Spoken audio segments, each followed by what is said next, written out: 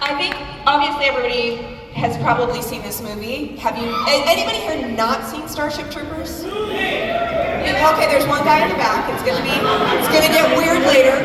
Sorry, everything's a spoiler alert here. Sorry about that. When you guys made this movie, the critical reception around it was people really confused about the kind of movie you were making. When you made it, did you know the movie you were making? Really, truly, when you were on set, and then the first time you saw it, did you say, yeah, that's exactly what we thought we set out to make? Yeah, well, we knew we were making the next Star Wars. Congratulations.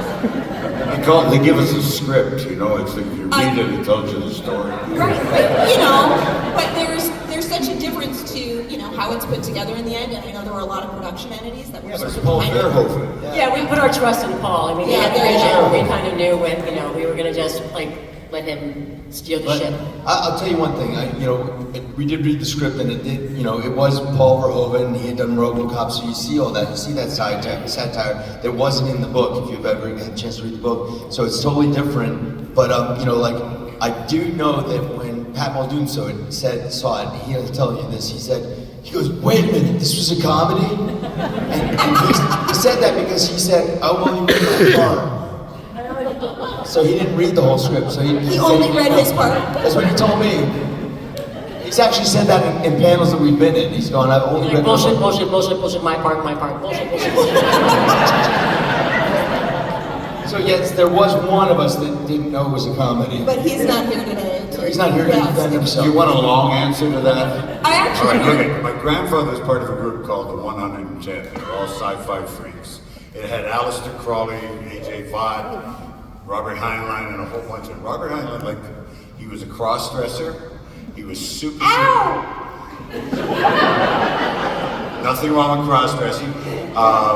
He was super right-wing. He wrote a book after Starship Trooper called Citizen's Handbook, where he believed that if you're not willing to die for your country, you shouldn't be allowed to vote.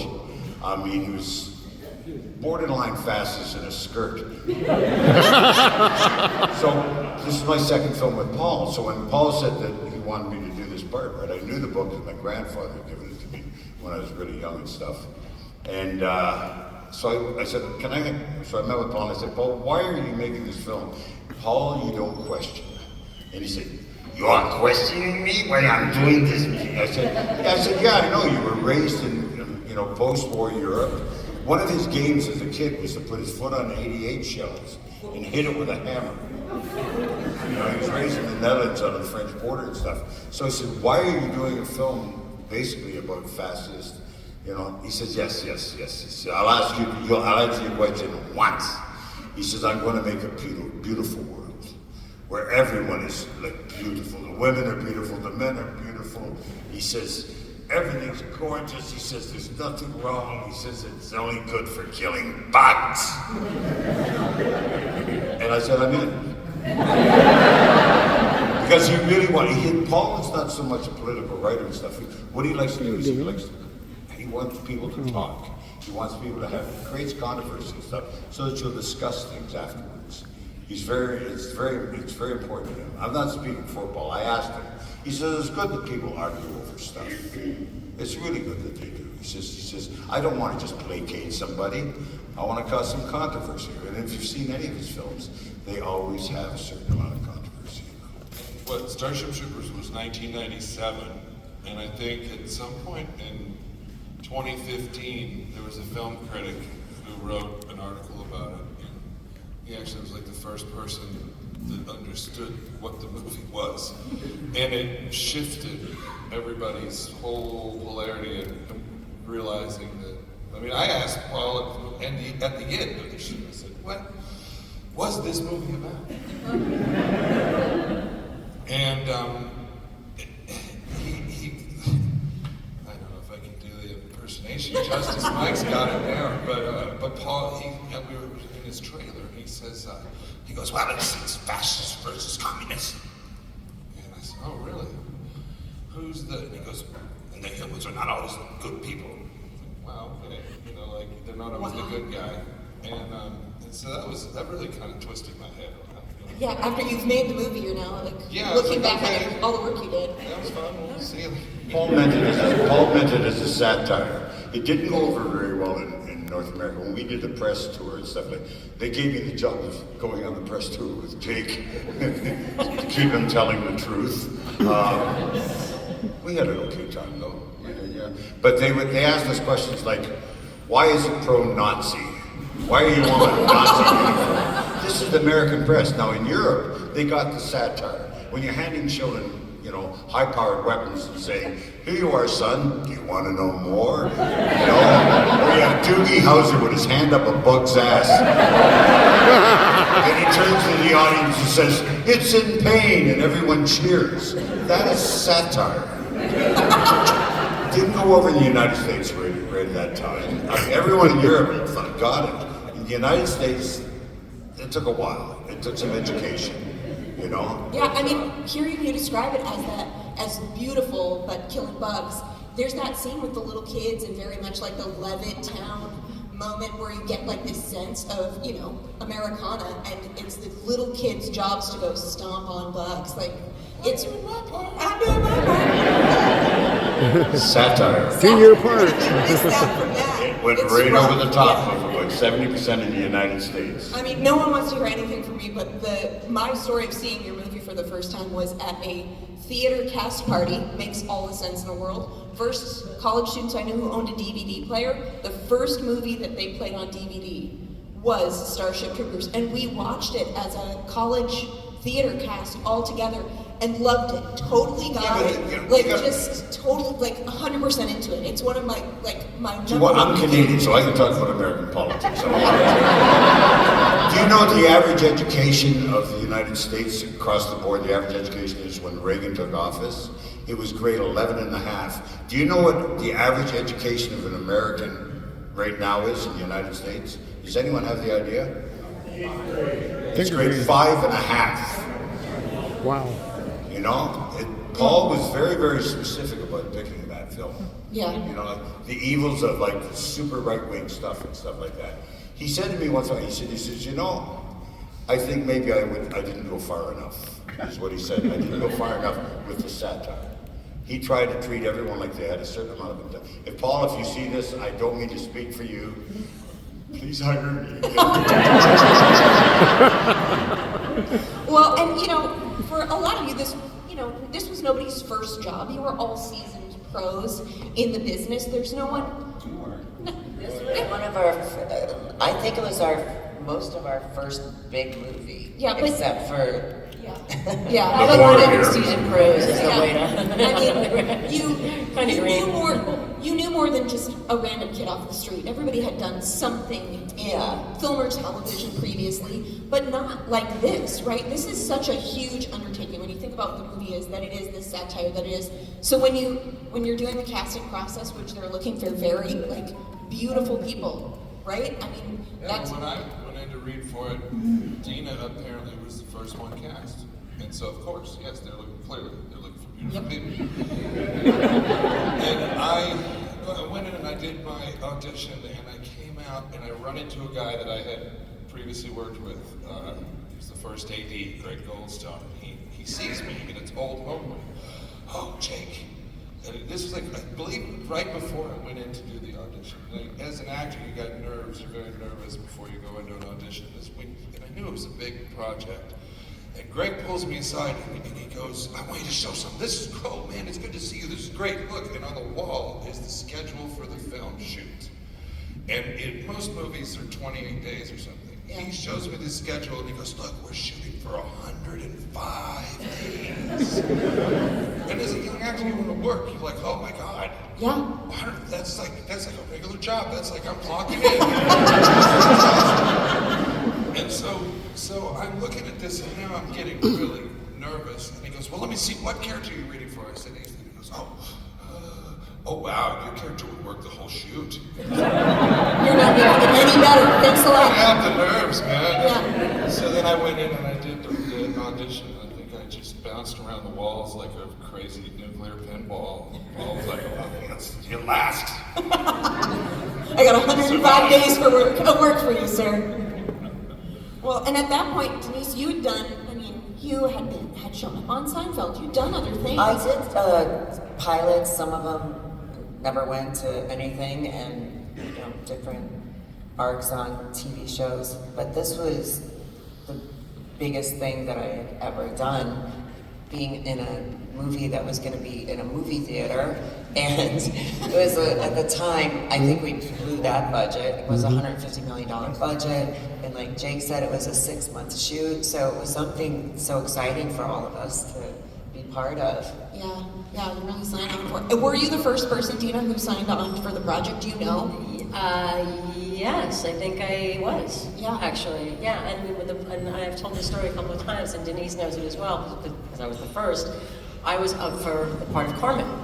I was asked to read for the part of Carmen. Originally, my audition was, you're gonna be with Paul, and you'll read in here at the side, the Carmen sides.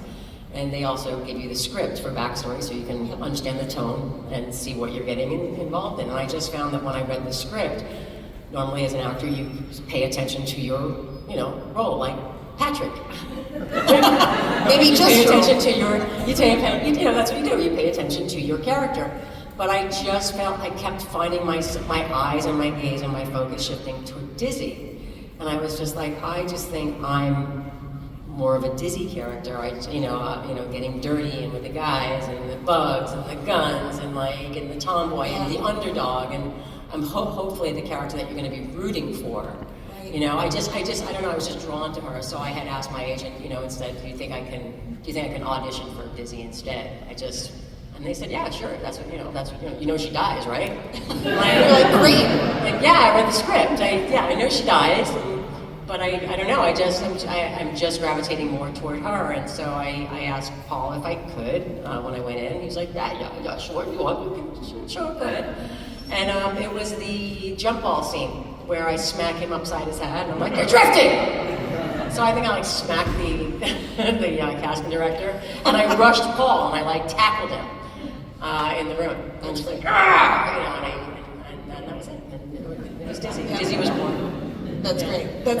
It's perfect, right? Because you read the script and you think to yourself, I like all these characters, unless again, maybe Patrick, who is not here to defend himself, you see other things in it, and you sort of say, I see myself in that, and then that we're able to show it so quickly. Obviously, they knew when they saw you do it, they were just the words. I just think I feel more comfortable saying the things that are coming out of Dizzy's mouth and not Carmen's. That's just me. That's why, we're different, we're very different, and it all works. Yeah, and all these years later, even watching you all walk out together, you all have a great camaraderie still. I don't know how often you still see each other, but there obviously is something here that you have a connection that you've built that absolutely that seems very tangible, to people, I think.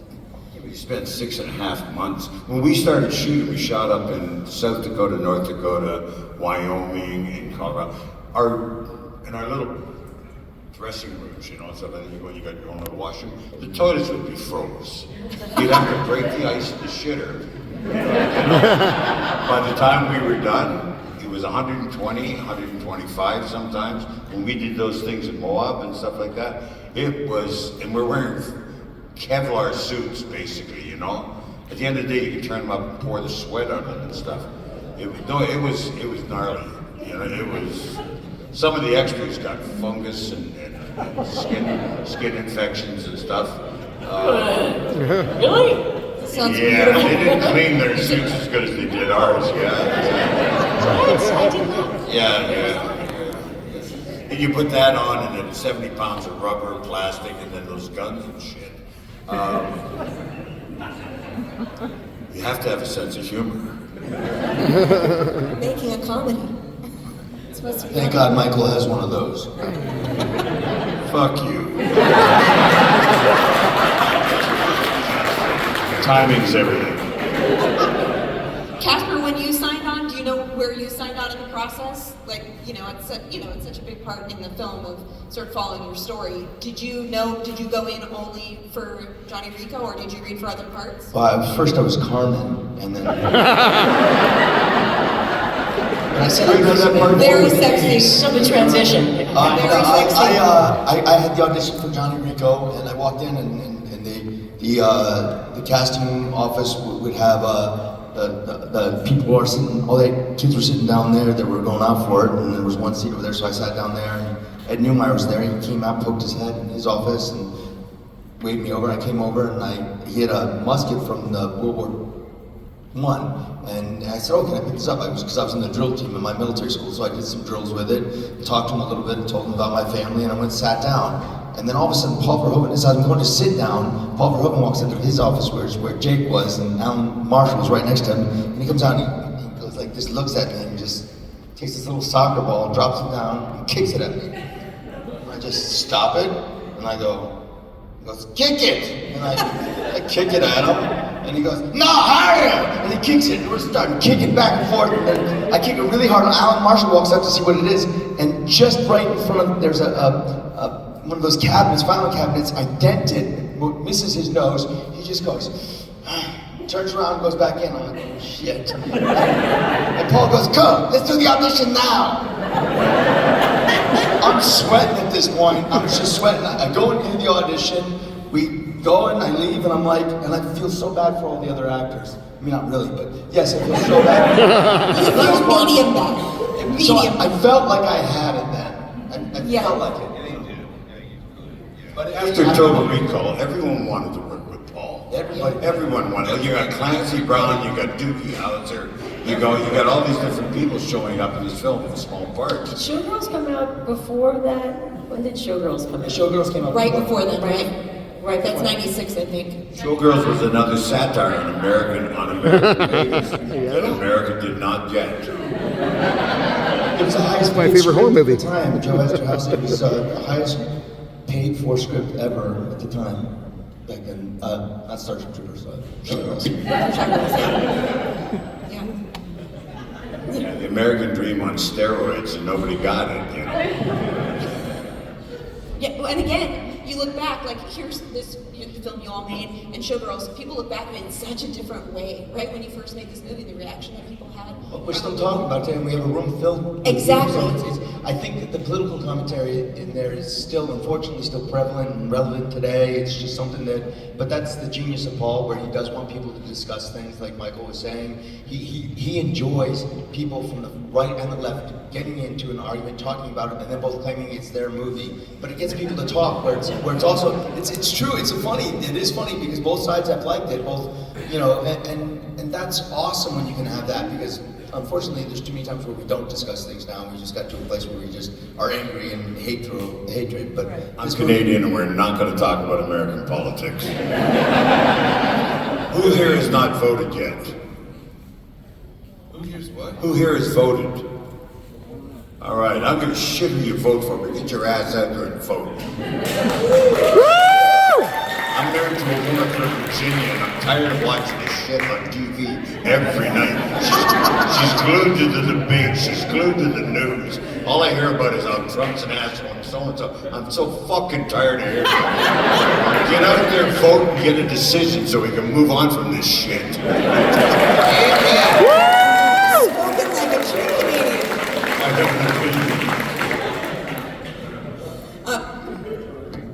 But it is impressive, right? You all have to know that it's impressive that all these years later, like, who else knows what opened in November of 1997? November 7th, yeah. Yeah, nobody really cares about those movies the way they can. Like, there's not enough gathering where people are sitting and shooting shit about it. Do you know why it opened in November of '97? I do know, because I did my research. It's a sad, sad story. Tell everybody why it opened in November. Well, originally, we had a much better date for a big tentpole movie back in the 90s when It was July. it was July 4th, 4th of July weekend. And it was going to be the big summer movie. And somebody did not want to back off on the violence and the gore.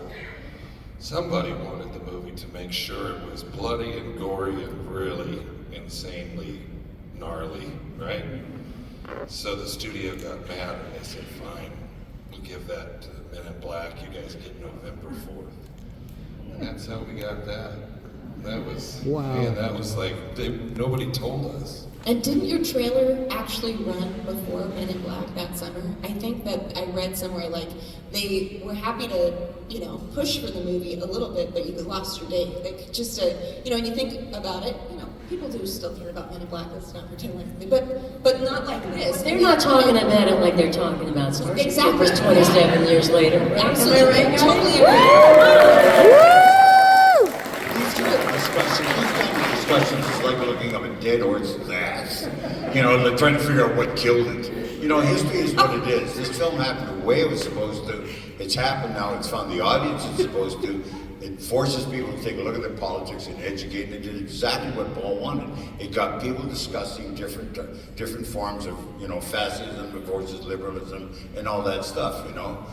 It is what it is. Here we are, what, 30, how many years later? 27 years later. 27 years later, and we're still discussing it. I think that's argument enough about the quality of the film. Yeah, and also I saw Paul in The Hague 2 weeks ago, and I was with my daughter, and she asked him about Starship Troopers, and he goes, yeah, you know, I saw it in a film thing just a couple of weeks ago, and I was looking at it, and I went, yeah, I made a really good film, didn't I? You know, I've done 300 and some odd films. I've only worked with 5 true artists. Artists are somebody, and I've said that a few at the table, is an artist is somebody who gets a concept in the head, it goes through a medium and into the audience's mind with the least amount of distortion. Paul's one of those people. Nothing happened on that set or on that screen you saw without Paul's approval.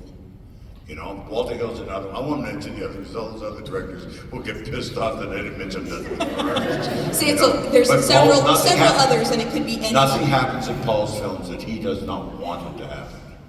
In casting or everything, you know, we sit here and discuss it and stuff like that, but Paul was very much in charge of everything on that film. It's his film, you know, and for a very specific reason. Yeah. He was there for everything, like in the wardrobe. They had me trying on the wardrobe for it, and I would, when I first put it on, I would go, okay, now try it out, walk around. He was there, and I went like this, and I just did this while, and it ripped all the way down the middle. Thank God I was wearing underwear. And he's like, yeah, Bob, fix that. And I'm like, yeah, because you're gonna have to do that in the film. And I'm like, There's no Lycra in the pants. No stretch. I think that we're at about a point where we should open it up because I think that these folks might have some questions. Make them good. We might even say, would you like to know more? Would you like to know more? Click the screen, would you like to know more? So we're gonna open up, we'll get a couple people queued up here. Hello, everybody. Hi. So my question is actually for Michael. yes. Since obviously you were into both Total Recall and Starship Troopers, did you see any sort of change in how Paul really led the project? What his vision was, and how he, his style of directing and anything like that. Just wanted to see what the difference might have been. No. Okay. Great question. Thank you. Would you like to know more? Consistent. Paul's very, very consistent.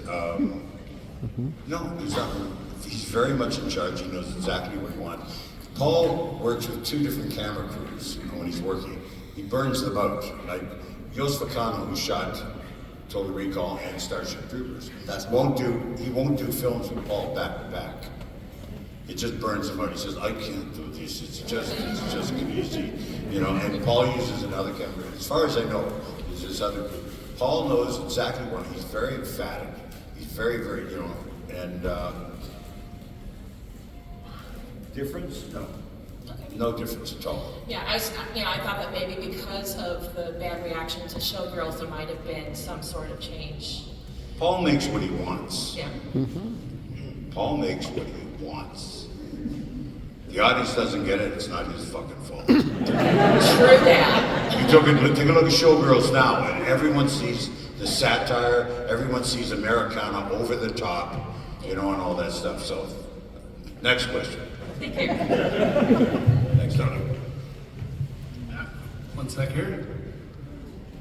First, I'd like to say thank you for coming to Washington. I saw the movie with They paid us. Damn. Thank you to Horrorcon for bringing you all here. And I saw the movie with my entire Army unit. Thank you for your service. Oh, you're welcome. The slapstick plus existential horror was just perfect for military life.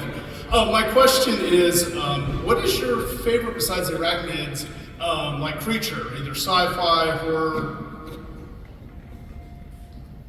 I have no idea what the fucking question is. Well, sorry.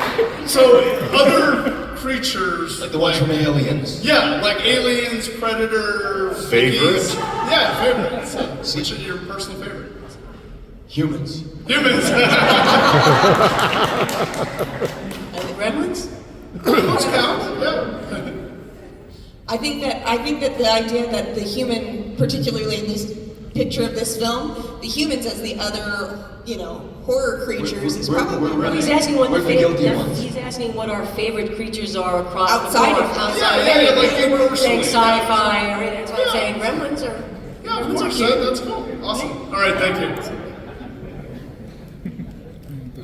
My name's Daniel, and I just wanted to ask, what was it like during those big bug fight scenes where, because they're not actually there, it's all CGI and all that. What was it like, just like kind of like shaking? Show that around so casually.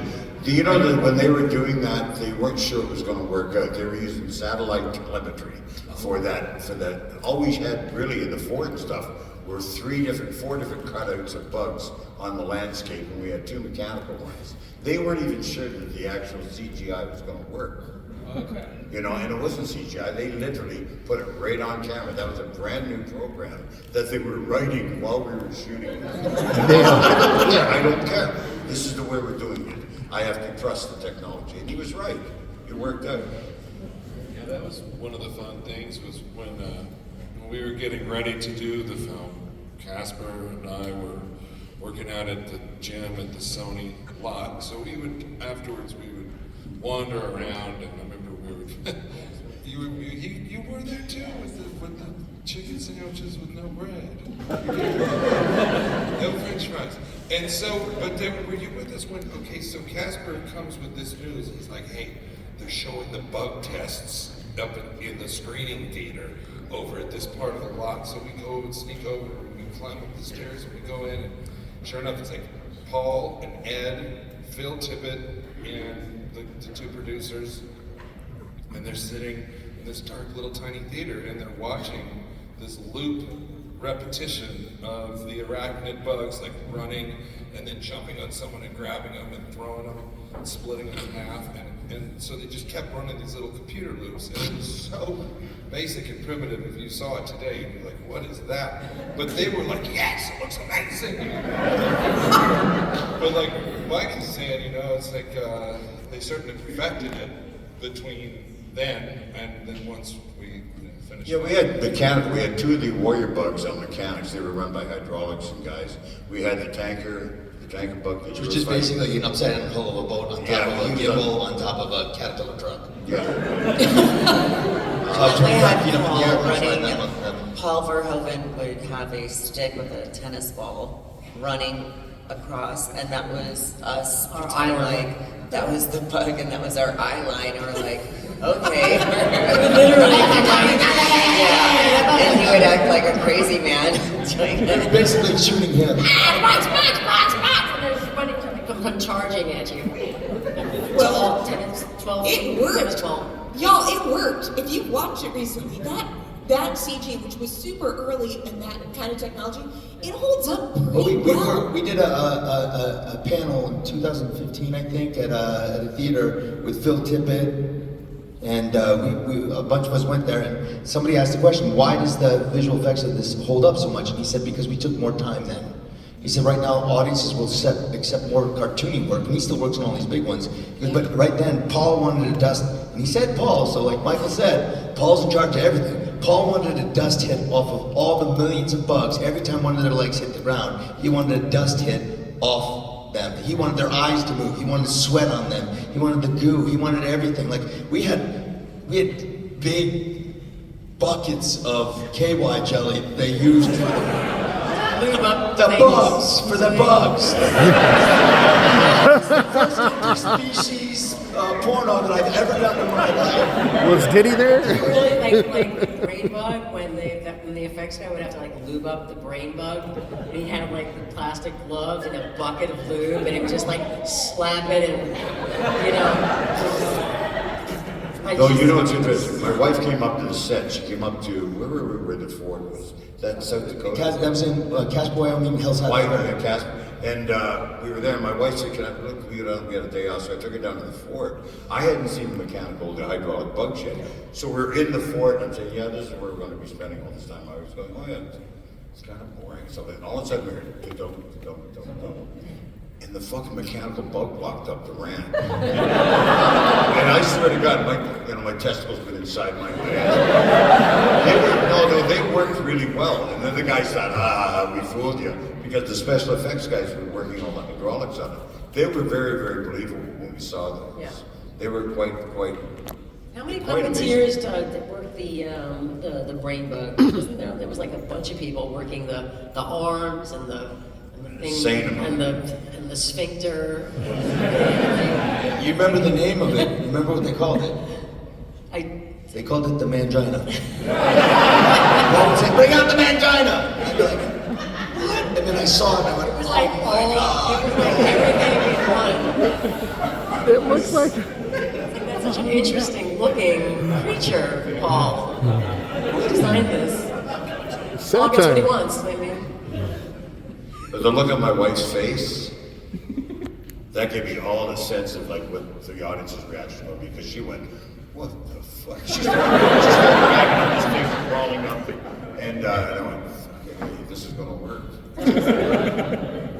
Thank you. Thank you. You're welcome. dude, eat something. I love hearing all you talk about Paul Verhoeven so much. It's kind of what I want to talk about.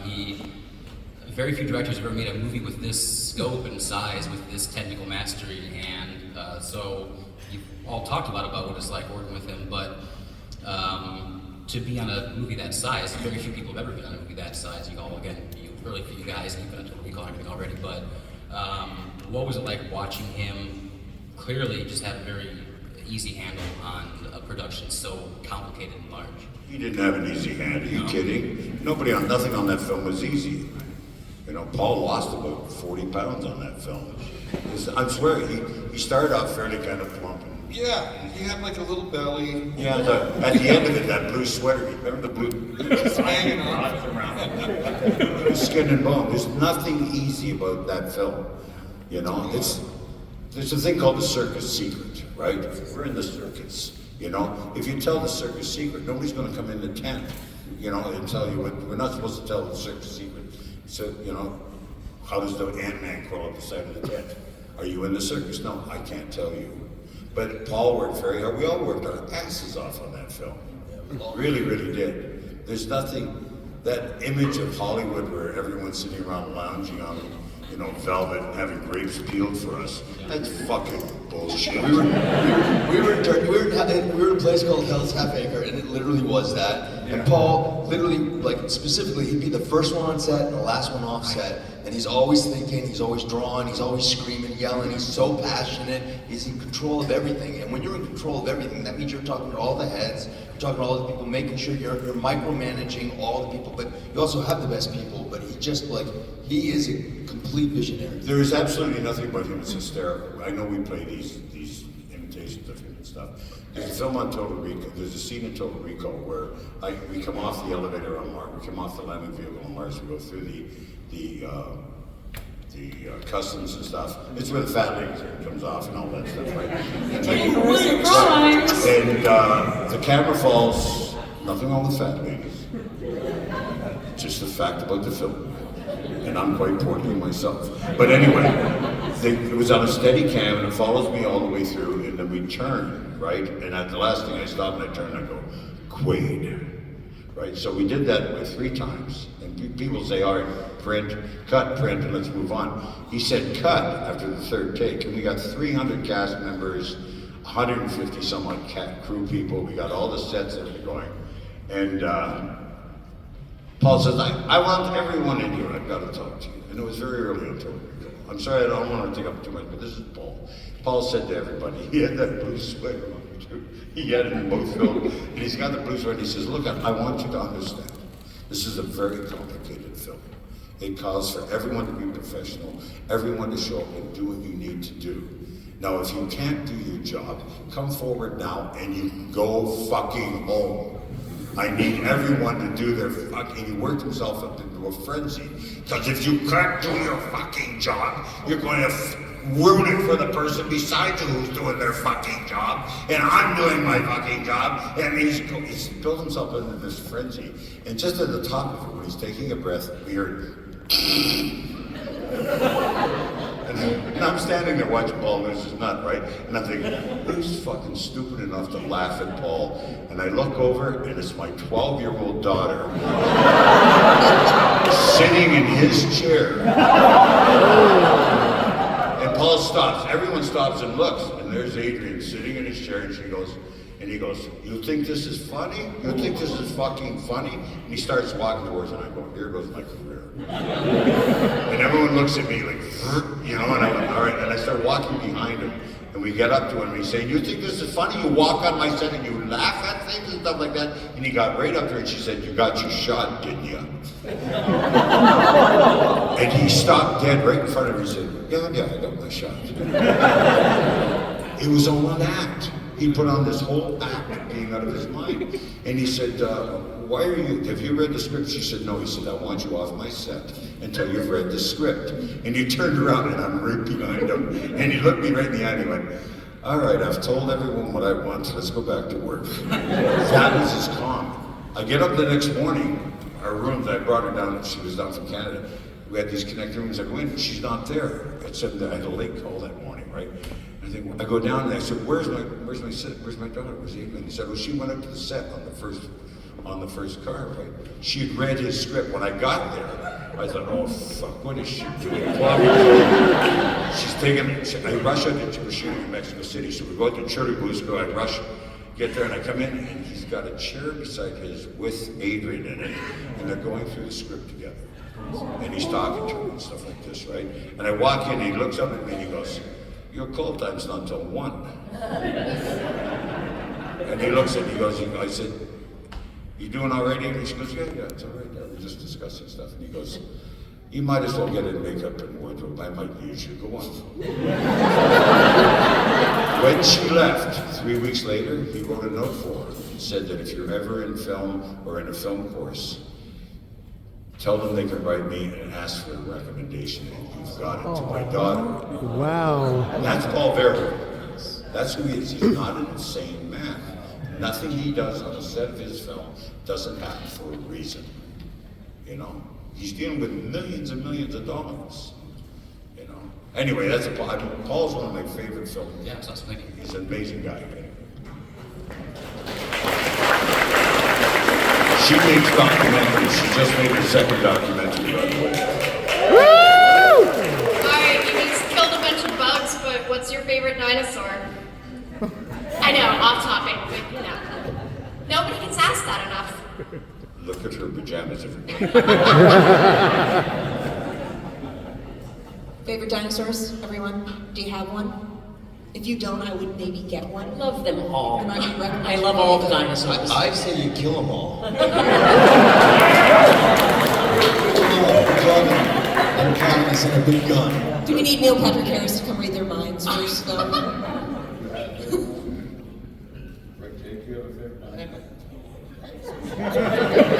going to throw you off if I say Stegosaurus, the one over your left breast. You know, Lamar Burton was his favorite also, so that tracks. Triceratops, right? Yeah.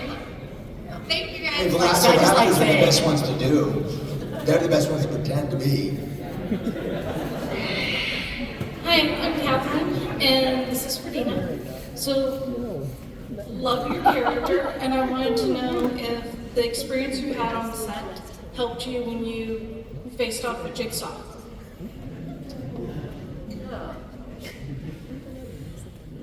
No. That's fair. Yeah, no, the experience I had on set on Starship Troopers? Yes. No, definitely not. Dina's a really good actress and she's very well trained. I'm Heather, and my question is for Dina. When they first did the concept of doing the shower scene with you, what went through your mind at that point? Well, they didn't go through. I mean, well, it was in the script, and I was kind of, not really into it. But I was kind of like, really, that was the one thing about Disney. I was like, but she got to take it. So I was like, but it's kind of like it's got to be done, and I kind of just had to suck it up, basically, But I knew we were all going to be in it to win it. And, it was kind of embarrassing and nerve-wracking, and we all were doing everything that we could to kind of postpone it, even though we were on set in our robes and our whatever. And it's like it's time, and nobody's like jumping at the opportunity to get naked quickly. We're all very nervous, and Paul is just like, oh, what's wrong with you guys? What's the big deal? Just take your clothes off. It's no big deal. You're Americans. You make such a big deal about it. It's just a body. And I'm like, oh yeah, Paul, it's so easy. Why don't you take it? Why don't you do it? You guys did great. And he looked, I'm not done. There's more. The best part. He looked at Yost Vacano, our DP, and decided, okay, and they dropped their pants. Punchline. I was like, oh my god, and Casper was like, wow. It's like, now it's a party. So anyway, sorry, go ahead. I'll say there's a specific reason for that scene. I think all the actors do that to show the sexual neutrality that Paul right, and it was not about, there's nothing sexual about being in the military. We're soldiers, we are one, we're fighting for our, for our citizenship and what have you. So it wasn't a gratuitous, it was necessary. So we did it, but having said that, it wasn't easy. It was very funny. It was from an acting standpoint, it was very funny and embarrassing and wacky. And Jake and Casper had a fun little thing when they did their reveal. I think that's your cue, either Casper or Jake. Any words? Tell us about your reveal. Dirk? It got kind of ruined by Paul pulling down his pants, didn't it, Jake? Yeah. It kind of ruined our whole thing. We had it. Jake surprised me in my trailer, goes, hey, I got something for us. And then I go, what? He goes, put this on. Dirk Diggler Dunks. As soon as Paul did that, we were like, oh, Dina, why'd you see? She goes, I didn't know he was going to do that. I was like, oh my god. Yeah, so we had these big extenders, and then they gave us to walk around, when we weren't in the shower scene. They gave us like Speedos, right? So now we put on these rubber. And we got maybe like a couple of trannies, We got Speedos on, and this all folded up, and then we're of course wearing our robes, and like everybody else is all in the bathrooms, and then they say, okay, it's time, and so I was surprised because we took off the robes, and like Dina's saying, that nobody wanted the puritanical Americans. It wasn't like Paul's from Europe, so everybody's naked over there. But all of us Americans, we're all shy and stuff, and I was surprised when we dropped the robes that nobody noticed the giant wads. We just knew that you guys were going to be so well endowed. It wasn't a shock. But it was, see, Casper's got a point. That's what happened after Paul and Yost did that whole thing. Then they basically called her bluff, and so it was on us now. We had to disrobe because we had to shoot the fucking scene. So everybody disrobes and stuff, and Casper and I are like kind of side-eyeing each other like, oh shit, we're gonna have to do this, huh? And everybody gets naked and all that, and then we're kind of still lagging. And I think, I don't know, probably Dina, somebody said like, come on you guys, fucking. And we pulled, and then well, bam. Standing there. And so it's like this three-step thing, because at that point everyone's like, whoa, you guys got some, And then this is the funnest part of the day. It's like, okay, you guys, quit joking around. It's time to shoot. Take those things off. Okay, so this is the best part, right? Take them off, and then all the girls are like, oh, all right. Okay, let's shoot this. It was, times. It was a day. Heck of a day. Very memorable day. I would say we could probably sit up here and talk to you all a lot longer. Really have appreciated your time. Would love to know. But it's the end of the day. Nobody's got it. You guys want a couple more? Is there anyone that didn't get answered to something? Somebody got a question they didn't get an answer to. All right, you.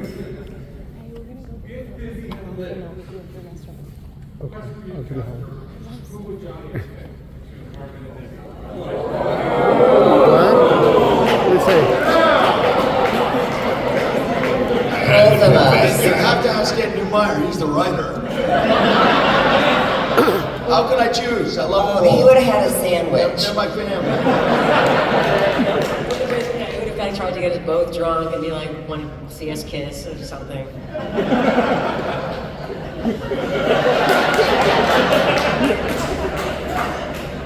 I thought somebody would have asked about the asteroid that you all hit. That Denise, your character changed course. You hit the asteroid. It then went into Earth. Was the change of course the cause of the eventual damage to Earth? Wait, what? I missed So there's a moment in the movie where she changes course because it's more optimal. Oh, and it knocks the Conan Tower off yeah, the top of the Russian yacht and just makes it a and butterfly effect. Yeah, butterfly effect. Is the reason that is she actually at the center, the catalyst for all the terrible things? Remember, it was 27 years ago. We should ask Paul, right? That's another Paul question. It's a question for Paul. He knows the answer. Anyone else? Well, that's been fun. Ooh, we have one more.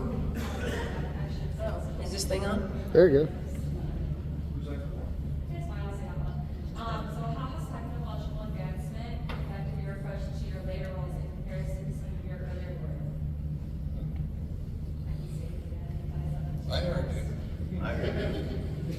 Is this leading up to an AI question? No, when it comes down to acting, look at acting is an organic thing and stuff like that. The way it's recorded, it changes.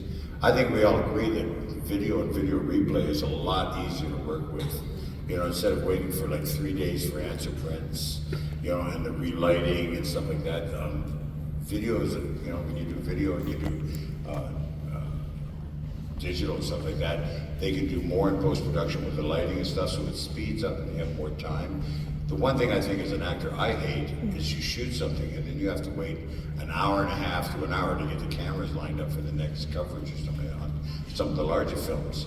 And you lose some of that kinetic if you're not really careful. It's so much easier to stay in character, stay in a kinetic place and stuff like that, and do it now. Technology is something that has to be embraced, not be afraid of. You know, it's as an actor, I like everything. All the experiences are magical. It's an amazing part. You can't. I mean, I'm glad I had the others, and I'm glad I've had the opportunity to do that. It's amazing. On Starship Troopers one day, we shot a whole day, and then somebody went in the camera truck when the light wasn't turned on, and it ruined all the film. So we had to reshoot that day. You don't have that really too often with this. Sometimes a card might get, you you might get distorted in some way, but you can figure that out usually pretty quick now. So we can fix things. So it's not too often. I shot a film 6 years ago all on film again, and 4 days later I had to reshoot a scene that I had a 3-page each on, and they showed up that day and they're like, because of the way we're supposed to do it now, they wanted me to reshoot that whole scene that I shot 4 days ago where it was a 3-page basically monologue, and I was like, when do you want to do that? Like in a half an hour before we have to take it on another set. I'm like, wow, all right, no pressure. Go take a look at this. So I had to redo it, but that's on film. That's not so much what you have to do now. A lot on these with new technology. So yeah, Buckminster Fuller, I think he was the one that said the medium is the message, and that's what I'm a big Bucky fan, and I think he's absolutely full of shit on that statement. It really is. It's the actual material that's being recorded. That's the message. It really is. I do kind of miss when they used to say, like, camera reloads and checking the gate and like the film loader and stuff like that. There was a time to it. There was a schedule to it. There was like camera reloads. Like, It's going to take 5 minutes because they have to go like reload the film and okay, camera's good. I think that technology is, for me, primarily for the people in post, and it's still us as actors doing our scenes and working and acting, and it's the post-production where I think that it's they've seen so many advances in putting the whole thing together. Like when you people see the film, there's things that you shoot, stuff like that. It doesn't all happen in the same day. When I did the elevator sequence in Total Recall, that was shot over a month and a half. Wow. We shot one section on first unit. We did another section with the elevators. We did a third section about a month later with the fight scene and jumping on. So the editors got it together. It doesn't happen the way you think. And it's all out of sequence. It's all out of sequence. The technology, anything that makes our job smoother and speeds the time up for me is great. It really does. There's a romanticism, like you said, of the old days and stuff like it, you know, and being that kind of connection with celluloid and stuff like that. But no, I don't miss it at all. I've been doing this for 54 years, you know, and bring it on. As far as AI goes, this is my take on AI, if you guys are worried about stuff.